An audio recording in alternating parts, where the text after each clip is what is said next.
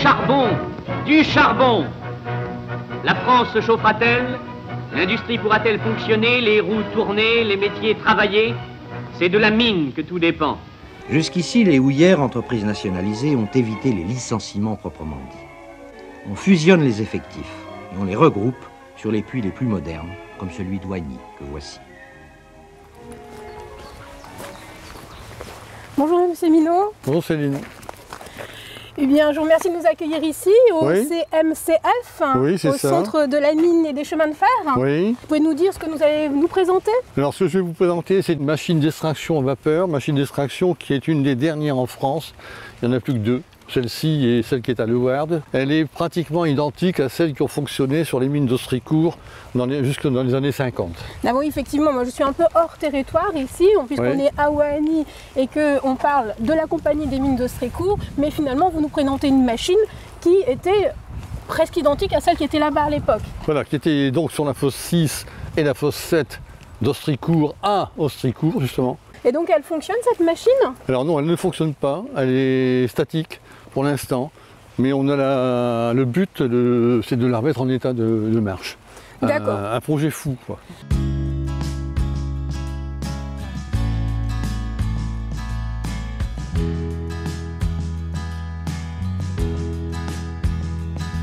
On a notre machine. Ah là voilà, la sacrée machine.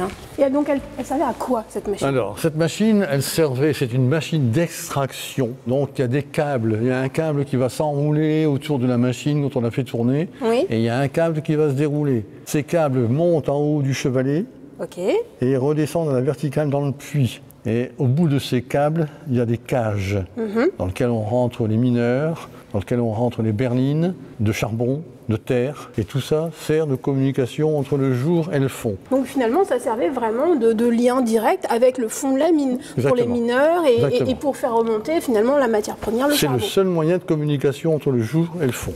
Celle-ci, c'est une des plus grosses machines d'extraction à vapeur d'Europe. Ok, ah oui, à vapeur en plus, donc fonctionnant. Pour ne pas dire même la plus grosse. 250 à 300 tonnes au total. Et est-ce qu'on pourrait peut-être prendre de la hauteur pour la voir oui, bien un sûr, peu mieux? bien sûr, on va aller à l'étage. Ah bah super, merci. Ah oui, effectivement. Voilà la bête. Et elle date de quelle époque? Alors, elle date de 1939, elle devait fonctionner en 1940. Oui. La guerre est arrivée. Alors, il y a une anecdote qu'il faut citer, c'est que l'arbre, qui est énorme, il a été caché pour pas que les Allemands puissent remonter la machine. Et donc, elle a été remontée après la guerre. Il a fonctionné jusqu'à? Elle a fonctionné jusqu'en 1975. Date de la fermeture? Fin 75, date de la fermeture. Sauver un élément pareil, c'est quand même exceptionnel. Il faut en être conscient. Après les machines à Oigny, nous nous dirigeons vers Austricourt pour rencontrer M. Bécouche, l'un des tout derniers mineurs témoins de cette époque. Bonjour M. Bécouche. Bonjour. Merci de me rencontrer aujourd'hui. Oui. Nous sommes ici à Austricourt. Ouais. Et donc du coup, je crois savoir qu'ici, c'était l'ancienne fosse numéro 6. Oui, fosse 6 on dit. Exactement ici? Oui. D'accord. Et où étaient situés un peu les bâtiments? En entrant, il y avait les douches. Et la douche, il y avait lampiste. Lampisterie? D'accord. On est lampe. Et là, on va aller poser les vélos. Ok. Et après, on descend là-bas. Et vous descendiez au fond, d'accord. Et l'autre côté, c'était tout des bureaux. Des bureaux pour les ingénieurs. Et vous, vous êtes arrivé quand ici en France pour travailler à Austricourt? J'ai arrivé en 1951. Et vous aviez quel âge à l'époque? Oh, bon, à peine 16 ans. 16 ans. Quelle était votre impression le premier jour où vous êtes descendu au fond de la mine? Oh là, on a des chairs de poule, vous savez? Oui. Parce qu'il y avait 269 mètres. Là. À descendre? Ouais. Qu'est-ce qu'il faisait dans la mine? Qui est réparé, donc il y a comme ça. Ah oui, donc il réparait toutes les charpentes, il était voiseur. Parce que c'était beaucoup en bois. Oui. Et puis il y en a, après ils ont mis des cadres. Pas bon cassé, ils changeaient. Le bois, puis couper le bois, tout ça. Il y avait un scie, il y avait un hache pour réparer. Et comment était l'ambiance un peu ici à Austricourt à cette époque-là? C'était une famille, on ne peut pas expliquer. Tout le monde est polonais, allemand, tout le monde. Tout le monde ensemble, quelle que soit la nationalité? Je suis le plus ancien vivant à Austricourt. Encore, qui est descendu au fond de la mine. Ah oui, oui. Ouais. Vous savez, comme je viens ici. Ah oui. Oui, vous regardez cette photo? Ah oui. Vos souvenirs? Ouais. Les traces les plus visibles, comme les terris, connaissent aujourd'hui une renaissance. Le terri Saint-Éloi d'Austrécourt est devenu à la fois un refuge pour la biodiversité et un lieu de balade pour les habitants et les curieux.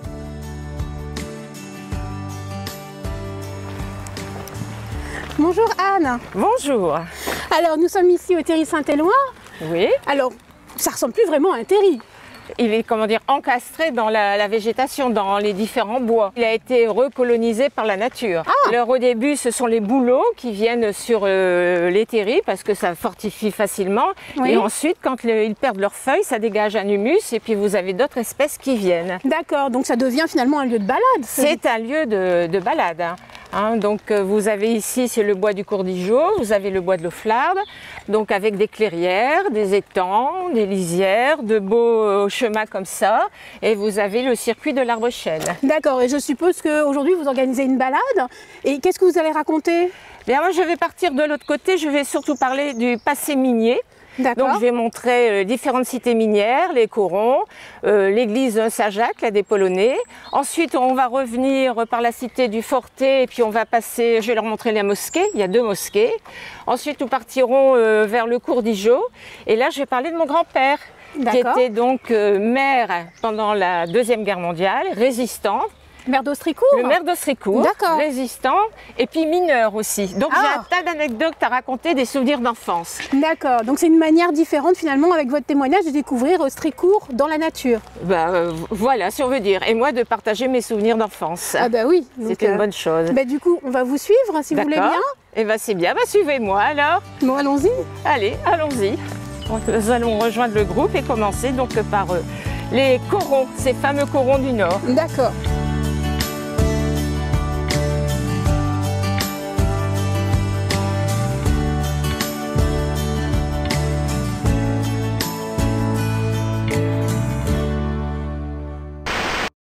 À Bercé, un bijou de haute ingénierie est un des fleurons de l'industrie pévelloise.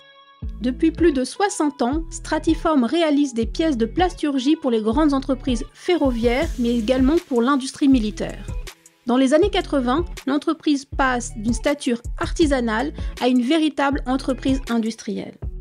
Puis, au changement du millénaire, l'entreprise connaît un essor international avec l'implantation de sites de production en Pologne, au Maroc ou encore en Inde. Le fondateur de l'entreprise, M. Savet, parti en retraite, M. Leblond a repris l'entreprise en 2005. Bonjour Monsieur Leblond.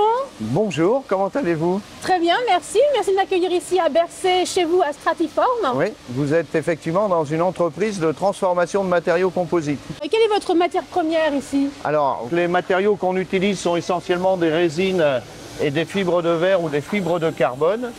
Et on fabrique des pièces aussi diverses que des pièces de train, de métro ou de tramway, ou encore des cabines de conduite. Ce que vous voyez là sont des moules, et vous voyez les compagnons qui sont en train de fabriquer strate après strate ces pièces en matériaux composites. Donc vous avez besoin vraiment d'expertise finalement, vous avez besoin de beaucoup de monde ici. Ah, tout à fait. Et quelles sont les différentes étapes de fabrication que j'aperçois ici? Alors là, vous avez vu différents moules.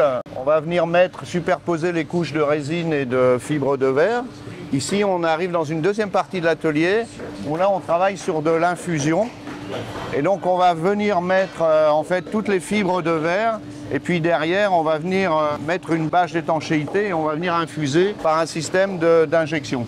Plus récemment, on travaille beaucoup avec la fibre de lin et avec des résines biosourcées pour essayer de réduire notre empreinte carbone.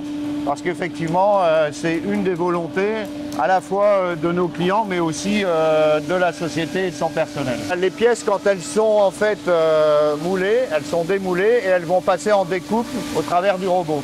D'accord. On va aller voir? Oui. Donc après le démoulage, on va venir découper les cabines avec ce robot. Et donc effectivement, là où il y a un certain nombre d'années, il fallait en gros une dizaine d'heures avec tous les risques que ça pouvait comporter pour découper des pièces. Oui. Aujourd'hui, ça se fait en 45 minutes à peu près et en automatique. C'est un des investissements qui nous ont permis d'augmenter notre productivité et d'être compétitifs, notamment par rapport à tout ce qui peut se faire dans les pays low cost. Alors, Monsieur Leblond, vous avez montré le ponçage et la peinture, et maintenant nous sommes ici. Ici, nous sommes dans le hall de montage. Et donc, on retrouve les cabines des trains régionaux, Région de Zen. Vous pouvez voir une cabine d'un tram-train pour Alstom, mais cette fois-ci à Petite Forêt. Et là, pour rester dans le régional, vous avez la cabine du métro de Lille. Ah, voilà. On va bientôt apercevoir. Qu'on va bientôt apercevoir et qui est fabriquée aussi sur le site Alstom de Petite Forêt. D'accord. Voilà. Et dites-moi, monsieur Leblond, j'ai entendu dire que vous aviez ici sur le site une imprimante un peu particulière. Oui, alors effectivement, on a une des plus grandes imprimantes, je dirais, au monde. C'est une acquisition qu'on a faite il y a à peu près 1 an. Et on était la première entreprise en Europe à avoir cette imprimante. Mais je vous propose, si vous voulez, d'aller la voir. Bah, allons-y. Allons-y. Bonjour. Bonjour. Alors, vous êtes qui et qu'est-ce que vous faites ici? Bonjour, moi c'est Marius.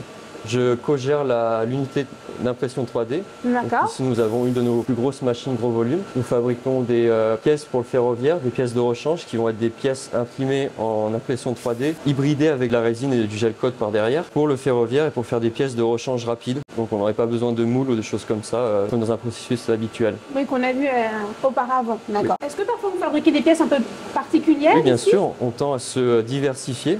Donc, dernièrement, nous avons travaillé pour le nouveau magasin Dior. Donc, le principe était de faire 27 bustes différents, de formes et de tailles différentes, pour présenter les modèles emblématiques de Dior. Bonjour Marie. Bonjour.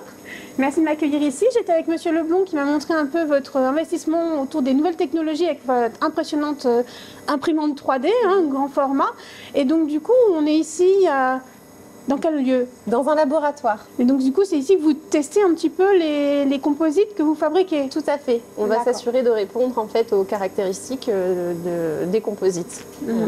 Et je me suis laissé dire qu'avec vraiment tous ces nouveaux défis, on a vu vraiment beaucoup de personnel finalement ici. Donc je suppose que vous êtes toujours un peu en recherche de nouveaux profils. Effectivement. Et comme vous avez pu le constater, on ne propose pas un, mais bien plusieurs métiers chez Stratiform Industries. On a aussi une différence d'âge entre des plus jeunes qui vont sortir d'école, qui vont arriver avec des formations ou à défaut un savoir-être qui va être très important pour nous, puisqu'aujourd'hui on ne retrouve pas de formations qui vont pouvoir répondre proprement dit à nos besoins.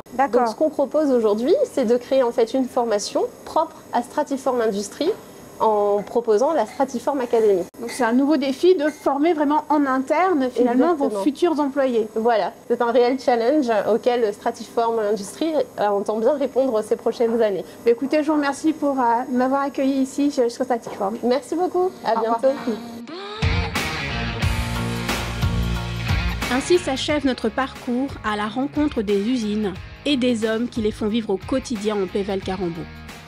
En 2021, plus de 884 entreprises se sont créées et implantées sur nos terres, portant leur nombre total à près de 5000 entreprises. Parmi ces jeunes pousses, germent de futurs noms de marques illustres qui se forgeront une nouvelle fois dans les terres de Pével.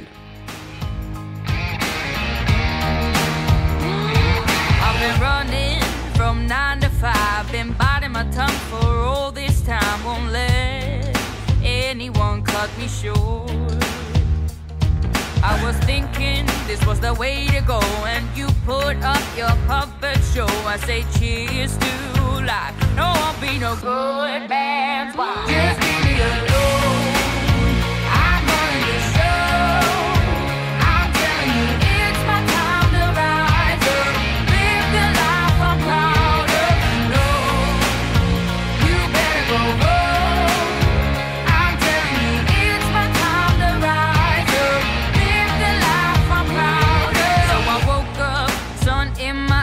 Forgot all about what I did last night. What I do remember that it was real, real nice.